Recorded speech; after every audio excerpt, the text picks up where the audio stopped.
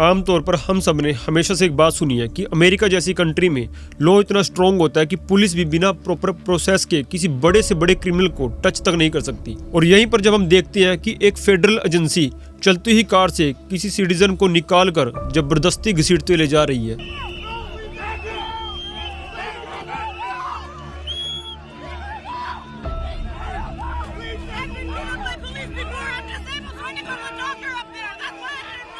और कभी कभी ये एजेंट्स बिना ज्यादा पूछताछ के सीधा किसी के घर के दरवाजे पर आकर उस पर्सन को उठाकर ले जाते हैं।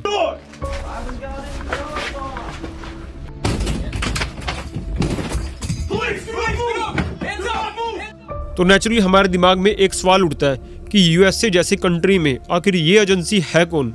एक ऐसा देश जिसे हम हमेशा से लॉज, राइट्स और डेमोक्रेसी का एग्जाम्पल मानते आए हैं, वहीं पर किसी एजेंसी को इतनी डायरेक्ट पावर कैसे मिल सकती है? और यहाँ सिर्फ पावर की बात नहीं है, यहाँ बात उस अमेरिकन फ्रेमवर्क की है जो एक तरफ फ्रीडम की बात करता है और दूसरी तरफ एक ऐसी एजेंसी को जन्म देता है जो लोगों को बिना वार्निंग, बिना वक्त दिए सीधा अपनी प्रोसेस के अंदर खींच लेती है।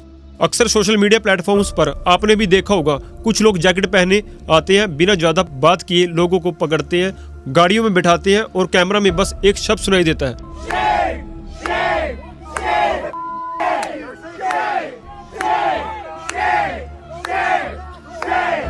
और चारों तरफ अफरा तफरी मच जाती है। तो आखिर ये आइस है क्या और अमेरिका जैसी कंट्री में इस एजेंसी की जरूरत क्यों पड़ी? इस सवाल का जवाब सिर्फ एक लाइन में समेटना मुश्किल है, लेकिन अगर ध्यान से देखा जाए इसका लॉजिक काफी सिंपल है। आइए समझते हैं। 2001 से पहले अमेरिका में इमिग्रेशन को एक रूटीन गवर्नमेंट काम माना जाता था। मतलब गवर्नमेंट का फोकस सिर्फ इतना होता था किसने वीजा लिया है, किसने डॉक्यूमेंट्स दिए हैं और किसका वीजा एक्सपायर हो चुका है। अगर किसी का वीजा खत्म भी हो चुका है और वो फिर भी अमेरिका में रह रहा है तो उसे एक पेपर वर्क या लीगल इशू की तरह देखा जाता था, ना कि कोई सिक्योरिटी थ्रेट समझा जाता था। लेकिन 9/11 टेररिस्ट अटैक के बाद, जिसमें लगभग 3000 लोग मारे गए,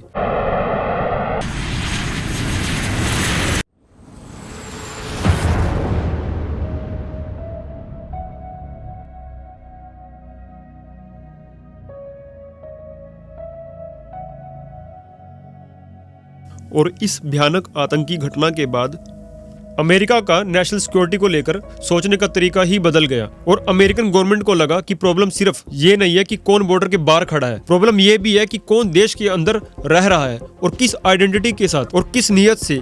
बस यहीं पर अमेरिका को एक ऐसी फेडरल एजेंसी की जरूरत महसूस हुई जो देश के अंदर काम कर सके, यानी जो ये देख सके कि देश के अंदर कौन इलीगल तरीके से रह रहा है, कौन फेक डॉक्यूमेंट्स का यूज कर रहा है और कौन बॉर्डर के थ्रू क्राइम नेटवर्क्स को चला रहा है। इसी गैप को फिल करने के लिए अमेरिका ने आइस को डिजाइन किया।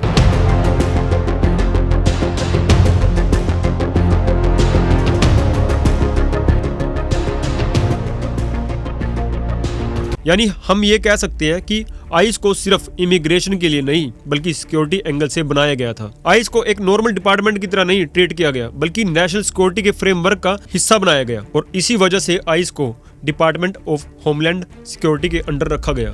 और यही department of homeland security directly US president के कंट्रोल में काम करता है। मतलब सिंपल शब्दों में कहा जा सकता है कि आइस का डायरेक्शन व्हाइट हाउस से सेट होता है, ना कि किसी सिटी या स्टेट लेवल से। और जब किसी एजेंसी को नेशनल सिक्योरिटी के फ्रेमवर्क में रखा जाता है तो उसके पास पावर भी ज्यादा होती है और इम्पैक्ट भी। इसी वजह से आइस को अरेस्ट करने, डिटेन करने और इन्वेस्टिगेट करने तीनों पावर एक साथ दे दी गई, क्योंकि अमेरिकन गवर्नमेंट का मानना था अगर थ्रेट ग्लोबल है तो एजेंसी भी पावरफुल होनी ही चाहिए। और यहीं से आइस पावरफुल भी बनी और कंट्रोवर्शियल भी। अगर हम आइस की पावर की बात करें तो आइस खुद पता लगाती है कि अमेरिका में कौन इलीगल तरीके से रह रहा है। मतलब ये कंप्लेन का वेट नहीं करती, ये खुद सर्च और ट्रैकिंग करके लोगों को आइडेंटिफाई करती है। और इसी वजह से हमें अक्सर सोशल मीडिया पर आइस एजेंट्स की वीडियोस दिखती रहती हैं, जहां आइस एजेंट्स लोगों से पूछताछ करते हुए नजर आते हैं, कभी रोड पर, कभी वर्क प्लेस पर और कभी सीधा घर के बाहर। अगर इसको किसी पर जरा सा भी शक हो, चाहे वो अमेरिकन सिटीजन ही क्यों ना हो, ये अरेस्ट करने में भी टाइम नहीं लगाती।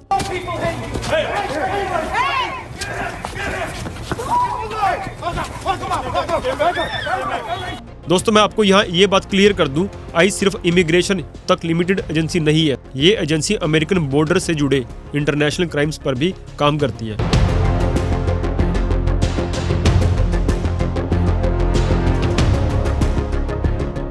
यानी कौन सा नेटवर्क बॉर्डर पार से इलीगल तरीके से human trafficking, drug supply network चला रहा है। आइस इन पूरे नेटवर्क्स को आइडेंटिफाई करती है, ट्रेस करती है और फिर उन्हें खत्म करने के लिए एक्शन लेती है। लेकिन अब सवाल यहीं से उठता है, जिस एजेंसी को खास तौर पर देश की सिक्योरिटी के लिए बनाया गया था, वही बाद में वहां रहने वाले लोगों के लिए समस्या कैसे बन सकती है। Daily examples of ICE agents using excessive force against civilians. We are seeing ICE agents brutalize both immigrants, suspected immigrants, and protesters. देखिए, यहाँ समझने वाली बात यह है कि अमेरिकन सिटीजन्स को प्रॉब्लम आइस की पावर से नहीं, बल्कि उसके काम करने के तरीके से है। क्योंकि आइस के एक्शंस अक्सर लोगों की रोजमर्रा की जिंदगी के बीच होते हैं। ये कभी भी कहीं भी आ जाते हैं, चाहे रोड हो, वर्क प्लेस हो, स्कूल हो या फिर घर। और इस तरह का इन्फोर्समेंट पब्लिक स्पेस के बीच होता है, अचानक होता है, और ये बिल्कुल नेचुरल सी बात है। जब लॉ इन्फोर्समेंट लोगों की रोजमर्रा की जिंदगी के बीच आ जाता है तो डर पैदा होता ही है, चाहे कोई व्यक्ति लीगल हो या इलीगल। इसलिए आइस का नाम सिर्फ लॉ से नहीं, धीरे धीरे डर से भी जुड़ने लगा।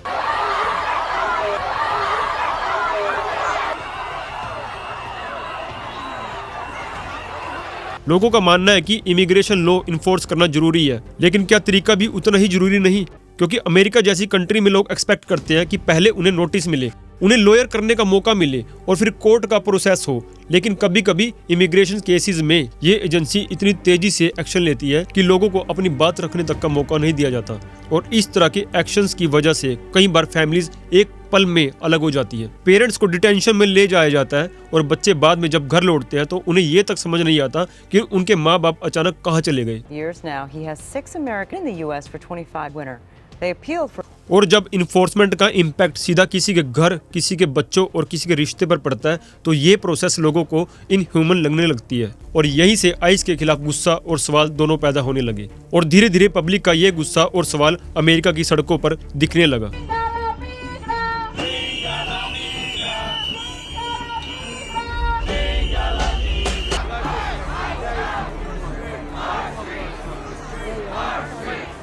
और फिर साल 2018 के आसपास अबोलिश आइस जैसा मूवमेंट नेशनल डिस्कशन में आया। और अब आइस सिर्फ एक फेडरल एजेंसी नहीं रही, वो एक नेशनल डिबेट बन गई। और जिसके खिलाफ अमेरिका में नेशन वाइड रैलीज निकलने लगी, शहरों में मार्च निकलने लगे, प्लैकार्ड्स उठे, स्लोगन्स लगे, जिसमें सबसे लाउड था अबोलिश आइस। दोस्तों, यहाँ एक बात समझना जरूरी है, अबोलिश आइस बोलने वाले सभी लोग एक ही चीज नहीं चाहते थे। एक ग्रुप का मानना था कि आइस को एज इट इज पूरी तरह खत्म करके इसकी रिस्पॉन्सिबिलिटीज दूसरी एजेंसीज में शिफ्ट कर देनी चाहिए, क्योंकि उनके हिसाब से ये एजेंसी अपनी पावर का मिसयूज कर रही है और लोगों के बेसिक राइट्स को नुकसान पहुंचा रही है। और वहीं दूसरे ग्रुप के लोगों का कहना था कि आइस को बिल्कुल हटाना सोल्यूशन नहीं है, लेकिन उसकी पावर्स को लिमिट किया जा सकता है। यानी डिटेंशन और डिपोर्टेशन के रूल्स क्लियर हो और हर एक्शन पर ट्रांसपेरेंसी और अकाउंटेबिलिटी हो। यानी आइस जो भी एक्शन ले उसका रीजन क्लियर हो, प्रोसेस ओपनली फॉलो हो और बिल्कुल क्लियर हो। और अगर कहीं पर पावर का मिसयूज होता है तो जिम्मेदारी भी क्लियरली फिक्स की जाए, ताकि एजेंसी लॉ के साथ साथ अकाउंटेबिलिटी के दायरे में भी रहे।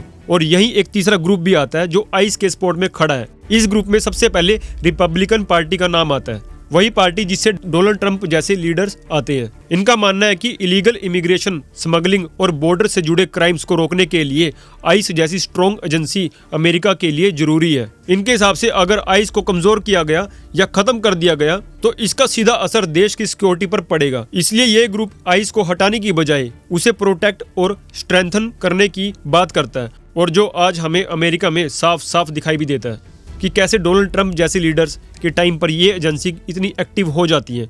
अब ये एजेंसी जब डायरेक्ट व्हाइट हाउस के अंडर काम करती है तो सीधी सी बात है, अब जैसा अमेरिका का प्रेसिडेंट होगा वैसा ही इसका काम करने का तरीका। मतलब अगर प्रेसिडेंट स्ट्रिक्ट इमिग्रेशन पॉलिसी चाहता है तो आइस के एक्शंस भी स्ट्रिक्ट होते हैं। अगर प्रेसिडेंट थोड़ा सॉफ्ट अप्रोच रखता है तो आइस के ऑपरेशंस का स्टाइल भी बदल जाता है।